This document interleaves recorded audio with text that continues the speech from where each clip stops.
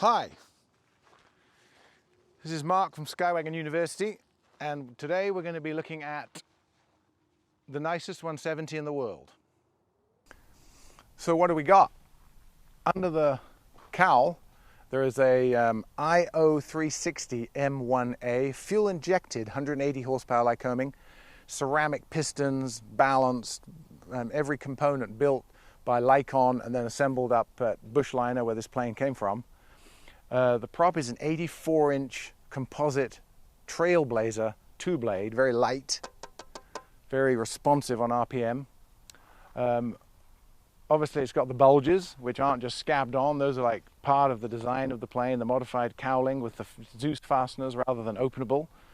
So 180 horsepower. You have to have these bulges because the front cylinders stick out further than the little Continental used to. So you'll see that in any 180 horse. And then working backwards, there's a lot of info. Alaska bush wheels, 35-inch. Cleveland wheels and brakes, double puck calipers. 180 gear legs, a bit more rigid. They don't wobble so much as the 170, but there is a lot of movement in the Alaska bush wheels anyway. There should be because of where they can go. The wings, they are not 170 wings. These wings are off a 1980 Cutlass 172 RG or 172P, the later ones. And the reason they're on here is that A, they're more modern design, stronger, better built, and they have 64 gallons of fuel in them as opposed to the original 33, 34 that the 170 had. So twice the fuel. Notice the landing light's gone because the post-73 Cessnas don't have their landing lights in the wing anymore. So 73 and newer, they move down into the cowling. This plane has got landing lights in the wing and in the cowling. Bubble windows. Underneath the wing, there's 5 fuel drains. I mean, it's a tail dragger, so really the back ones would only be relevant, but there's a fuel drain, fuel drain, fuel drain, fuel drain, fuel drain. There's even one under here for when it's on floats. That's the lowest point. Just very good, excellent modern upgrades on everything. The doors. This isn't your average 170 door with the little latch that always breaks. It's the later model, same plane, Cutlass RG or 172, late model with the T-handle. So there's no slamming. And they have the release pin here. So when you close it, you literally press it into position, shut. And inside, it's got the over-center handle here that you push forward when you're in it. And the biggest deal on the fuselage is 170s do not have baggage doors. This one does, and it's got the remote button on it like a 54, 55, watch. And it works beautifully, and it fits like a glove. And it closes perfectly too. Excellent restoration. The plane was completely disassembled. Obviously its wings were off and replaced. The fuselage, most skins were replaced. Anything with any kind of dent, ding, damage, hail, whatever, was replaced. It was corrosion proofed. So it's like 5-6 years ago, this was new. At the moment, it's got about 500 hours since all this work was done. So it's a 2,900 hour airframe, original, but 500 hours since the all this work, roughly, on the engine. The 170 tail, beautiful, just like a 195, the old rounded tail. Very effective, actually. You'd think in this plane it'd be under-ruddered, but it isn't. It's got a huge rudder and it's very effective.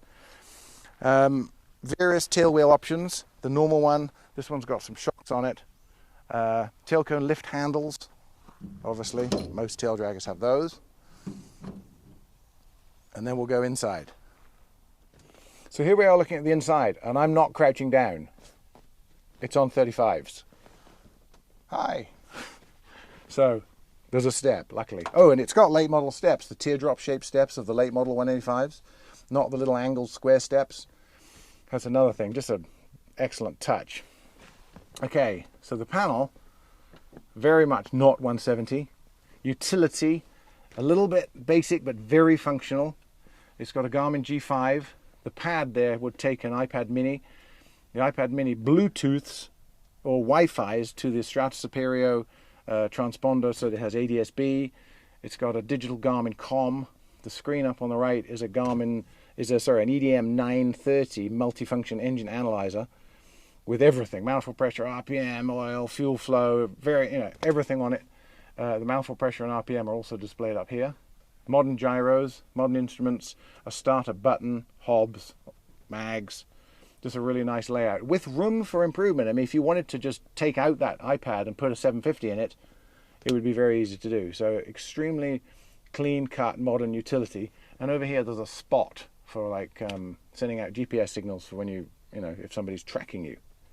Modern late model 180, 185 brake pedals on both sides, and obviously the manual flaps.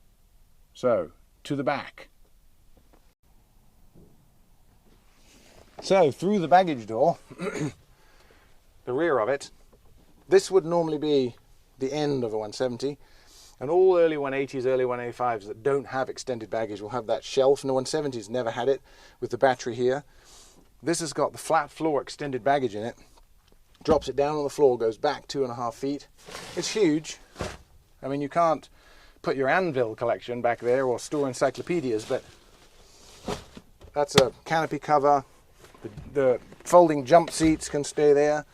The rails here for the jump seats. The normal, these two back seats go here, but if you're flying it around, just 2 people and luggage, it's massive back here. You could have all your camping gear and equipment in it. And then the utility of having a baggage door, there's even a 12-volt power outlet. Intercom, and the headliner up here is soundproofed. And then if we look up forward, I'll come around.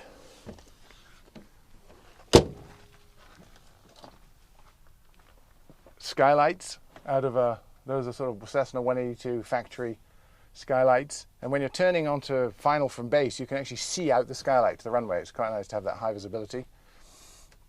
BAS inertia reel shoulder harnesses inside a fairing, GoPro mount, so they lock or not depending on how hard you pull them.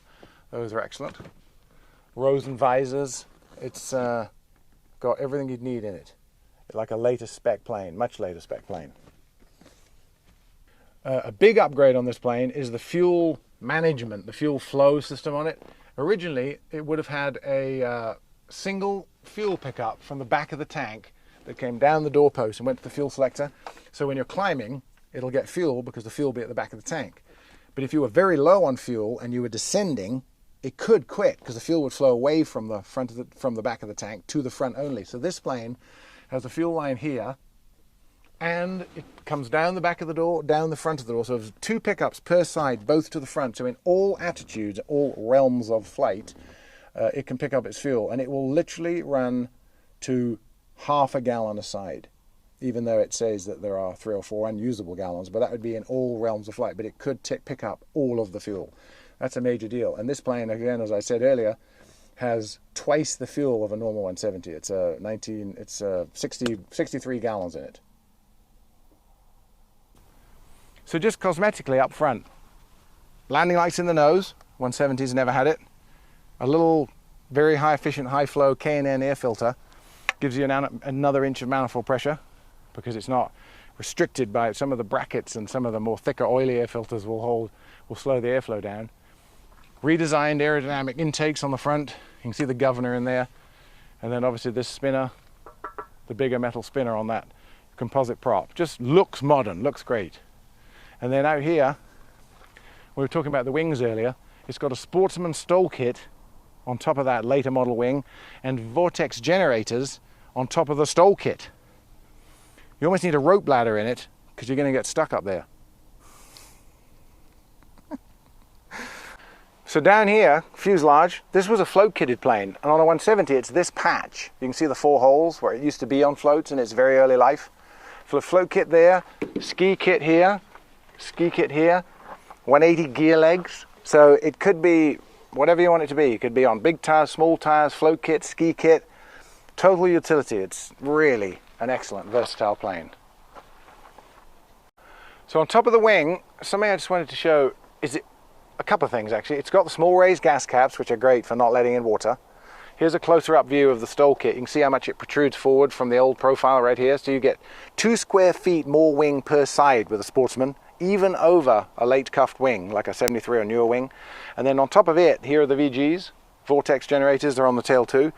And then there's these are made by Bushliner. They're like a little handle you clip onto the ring of a float kit. Float kitted planes have these lifting rings so you can hike them up in the air in the hangar, and then you can put the floats under them. They make these, and you can put them on any plane that's got a float kit, or it's got these lifting rings, just as a handle for climbing up, which you kind of need because you're way off the ground up here on these 35s. So those are actually a really nice feature. And then just generally a little bit of dihedral in a B model. So a little bit of retroactive history on the year model changes. 1948 170s have double struts, fabric wings, no dihedral. 49 is the 170A. It's single strut, no dihedral, fabric wings, and the little flaps, they have that little flap about this long that just pivots on the wing. Then in 52, the 170B came out until 55, this is the 54. The 170B has a little bit of dihedral, single struts, metal wings, Fowler flaps. All those 170s have 0300 Continentals at 145 horsepower. So this has 50 more horsepower, and it's fuel injected. So it's a major, major upgrade. I mean, this plane is like a not just a restoration, it's a rebuild to modern spec. And to replicate it, 300 grand to build it the way it is. So it's very unique. Okay, starting it. It is already warm, so it's injected. So full throttle, full idle, contacts on, bags on, clear.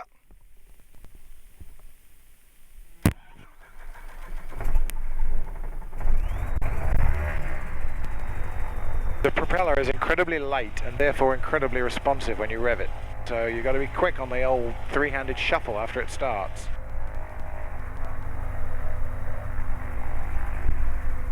Float kit V-brace, very handy for seat adjustments and posture.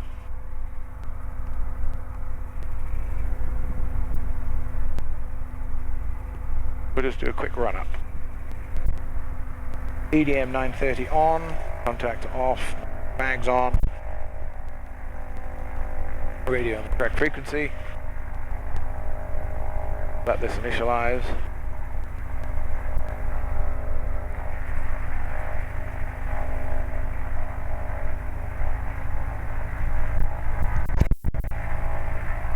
There's 1700 RPM, and we're going to do left mag, right mag, prop cycle. See how responsive that is? It's immediate. Watch. You got to be quick. Throttle friction. Late model yokes with a push to torque. Okay, it's already warm because we taxied it around, so I think we're ready to go. I'm going to put in 20 degrees of flaps.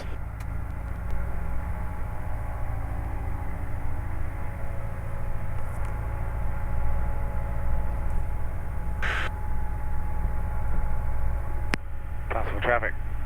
Cessna 2771 Charlie is departing runway 23, a local flight, Placerville. It's a pity to be on asphalt with these tires. They don't like it, they wear, but I have no grass here, so we're going to have to do it, but I'll keep it on the ground as short a time as I can.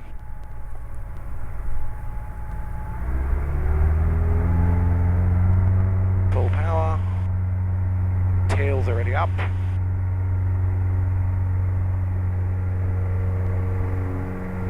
Pulled her off at about 42.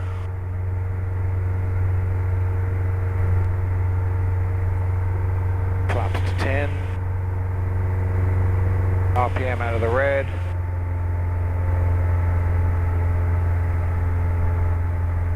Very, very smooth for a four-cylinder Lycoming. Manifold pressure back from 27 to 24. And we'll go around the pattern, straight to the landing.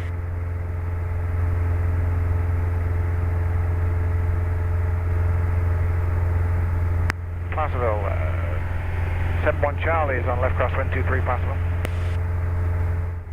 This is not a 170. So I'm not going to get radical with it and go ultra slow and do the super stall short field in it. It's worth too much. It isn't my plane. I'm just going to kind of do a normal takeoff and landing, but you get to see it at least. This plane has got the high-speed flaps on it too, off the later Cutlass, with the bead on the back. So they're actually 130 knot flap, but we're not going to be using them for that reason, but it's just better. Okay, we're slowing her down, prop in, flaps coming on. Placerville 7-1 Charlie, left base to final, full stop on 2-3 at Placerville.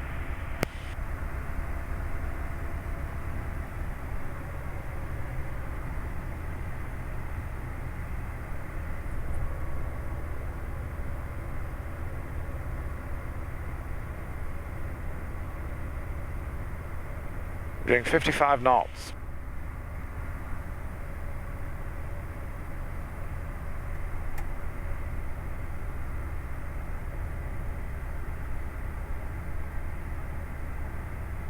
VGs give very good aileron authority, even at low speeds. We're going to go to full flaps now that we've made it to the runway.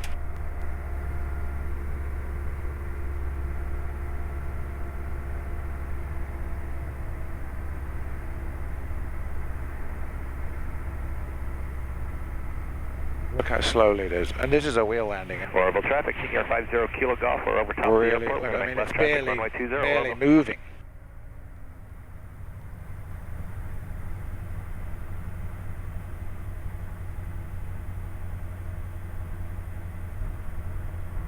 Peel down, yoke back, flaps away.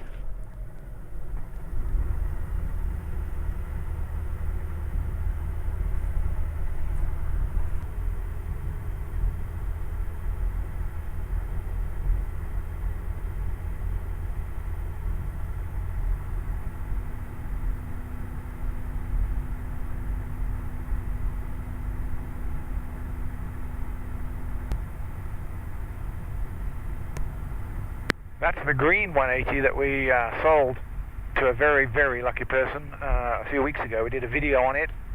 Look on the other channel and you'll see a video all about that plane. That's it leaving with its new owner, heading for Idaho today. Just a coincidence it's here today, which looks great with this plane taxiing around.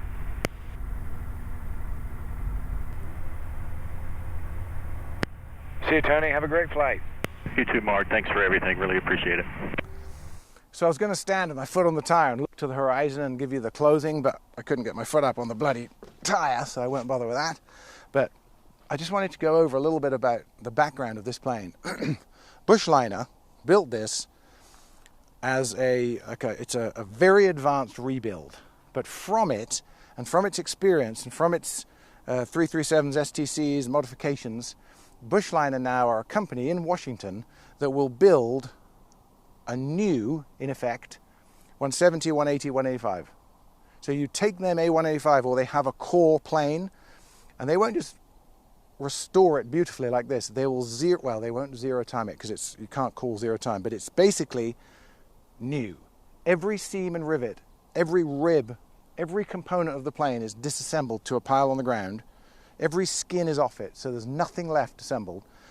Then it's reassembled with everything that's good or new or better, and then it gets a 550, extended wings, paint, a panel like a brand new 206. It's basically if Cessna made them new, but you give them your plane, or it takes a year, and pricing is variable. We can talk about that later, but it's literally if you ordered it from Cessna, you would get this plane that would be built. So it'll be stronger, new. Choice of engines, choice of props, choice of stall kits, avionics packages, and there's another video that's going to be showing more detail about this, but this was the prototype for Bushliner, and it's going to be pretty exciting to see the new planes coming out. But anyway, that aside, thanks very much for watching. This is Mark at Skywagons University, and click on the link down that says subscribe, and also the bell that sends you notifications. But thanks for watching, hope you enjoyed it. This was a very interesting and unique plane.